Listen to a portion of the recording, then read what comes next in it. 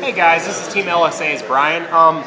We said in the group, the South Carolina group, that we are going to shoot about 20 some odd videos today because we have a running debate on this thing.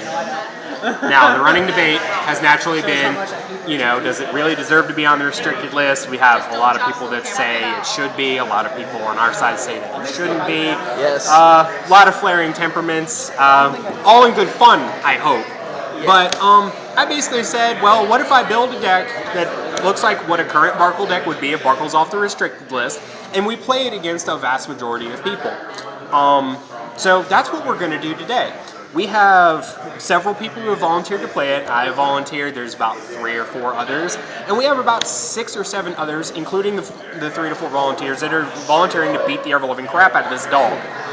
So what we're going to theorize here is, if we put this deck in varying player skill levels and put it against people also with varying levels of skill and varying decks, what's the actual win condition? We're going to test this against good players, bad players, decent deck builds, not so decent deck builds, and strategies that people think could counter it, such as not attacking turn 1 so they can't counterblast the Lu and possibly cause them to misride, trying to kill the rear guards off when they try and push for the Soul Saver play, and many other strategies. The strategy is going to be different depending on the person. No one knows exactly who's going to counter the play. So we're just going to see what happens. And, I may be proven wrong. This may be the quote-unquote end-all, be-all deck. It may just be what this game needs, another competitive, Paladin deck. All we're saying is just, it's still good, it didn't get worse, everything else just got better. Right, and that's, we can put it in a format and it's not going to turn into Gold Paladin, where everyone rode Duke or Pelennor or something. Because let's be honest, there was like 2 to 3 good decks at the time?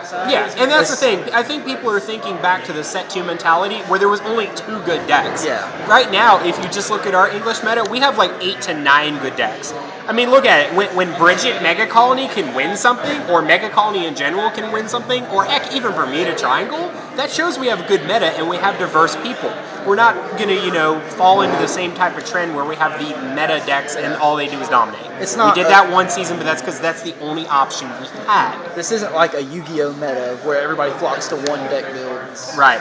And again, like my theory about the Gold Paladin, the only reason that happened is because of how our sets were released. You release something that gains 5,000 when you're at 4 damage, no, people are going to flock to that like candy because that's just a little bit too good.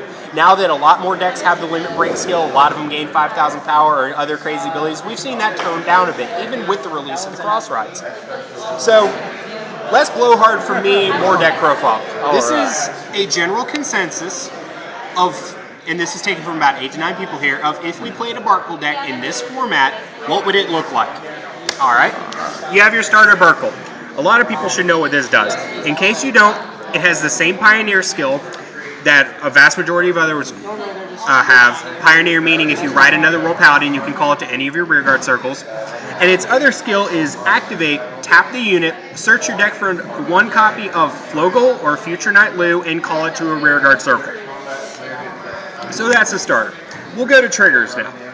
The first thing, it plays 2 Flogels. Now notice it's a stand. That's fine. We don't care in this deck.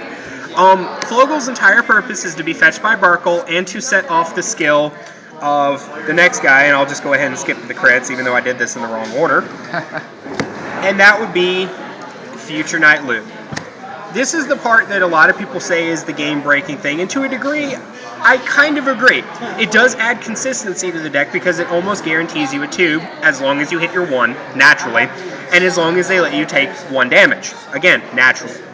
So basically, you're supposed to turn 1, fetch 1 of these, turn 2, fetch another 1 of these, counterblast the skill away because you should have taken damage on your turn 1 or turn 2, put him into soul and it lets you ride a Blaster Blade.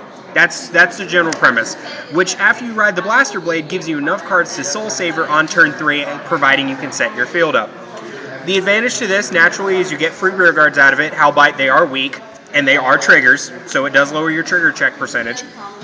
And you get to not miss your 2, albeit a -3, which kind of cancels out the rest of your draws for the turn.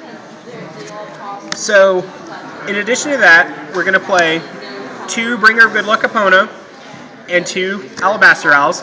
The only reason we're doing 2-2-2 is because we want them to think that we're playing more crits. So if they see a variety of crits, they may think we're playing anywhere from 8 to 10 to 12, possibly.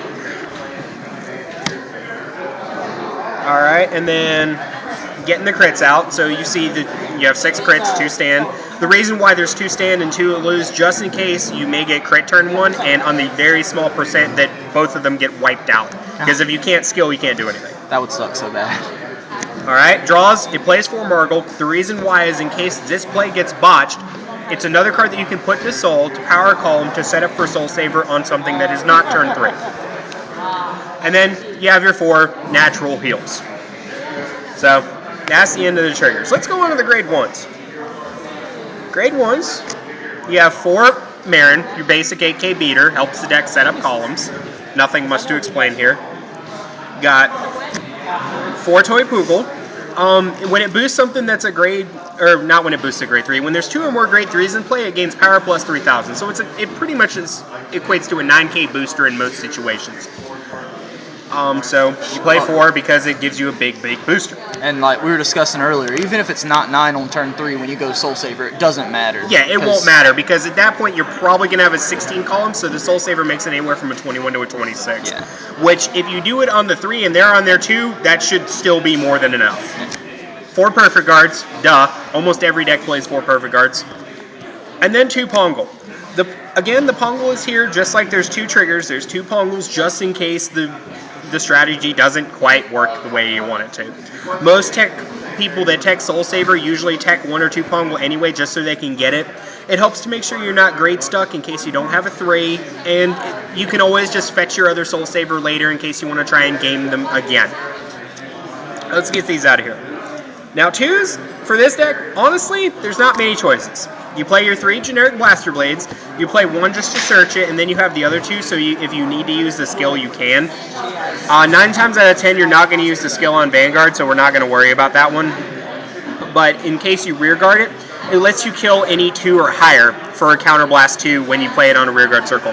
This can be huge against certain decks, especially mirror matching, where that Palamedes just needs to die, because we all know how important Palamedes is. So let's get him out of here. And then the part that most people may or may not agree with, I am playing 4 Knight of Determination Lamrock and 4 Knight of Silence Galatine. It's basically the deck plays 8 10k beaters. The main reasoning behind this is that you're trying to set up as big of a column as you can for the turn 3 Soul Saver play. So even if you have no boosters and you have 2 10ks here, it makes a 15, which should be enough to at least force a 10 shield, if not higher, depending on what power their Vanguard is. Yeah, so that Flogel you call out isn't completely useless. Right, even if you can't set off your thing, it still gives you a 15 to work with. The other basic reasoning is like when you really look at the other choices of 2s you have, the only other choice per se would be a Kane to fetch your Toy Poogles or your Pongal if you need it, but you're already trying to game them on turn 3, so adding in a little bit more situation plus a weak rearguard doesn't help the deck that much. That's too many counterblasts. Yeah. Okay, now we go to the 3s. This is probably where it'll also be a little bit controversial. I'm doing it with 3 Soul Savers. Reason why I'm not doing it with 4 is because the card's in no format ever is this card good enough to be 4. It's good for 3. You can search it. It almost guarantees that you'll have it on your turn 3 opening hand without overextending other cards that you could play in 3 slots. The main one being, let's push him to the side, Palamedes. And, you know, this is Royal Paladin, no matter what version of it you play out for 2 blocks, you play MOB, you play bad stuff, you're probably playing this because it's a 13 as long as there's 2 or more 3s in play. It helps you hit columns, that is his entire existence, as it is with most of the other grade 3s that get +2 or plus whatever when they attack the Vanguard. His entire purpose, hit numbers. He makes the deck relevant by himself. Yes, like he is the reason Royal Paladin is so competitive, outside of everything else. And then the last one, we're playing 2 Alfreds as backups. Again, just in case stuff doesn't work the way we think it's going to. He gives you a solid Vanguard, gives you the ability to use your extra counterblast, since you don't really counterblast that much, to field fix, which is another main component of Royal Paladin. And it can be a 20k by itself, which isn't as important in this format anymore, but you could still make it an 18, which is enough to hit cross rides. So other than that, that's the end of the deck profile for what we think is current Barcgal. We're going to shuffle up. Someone's going to play this deck first and someone's going to play against it first. We're going to videotape it. We're going to videotape as many of these as people want to play. Like I said, we have 8 people here. About 5 of them want to play it, and all 8 of them want to play against it.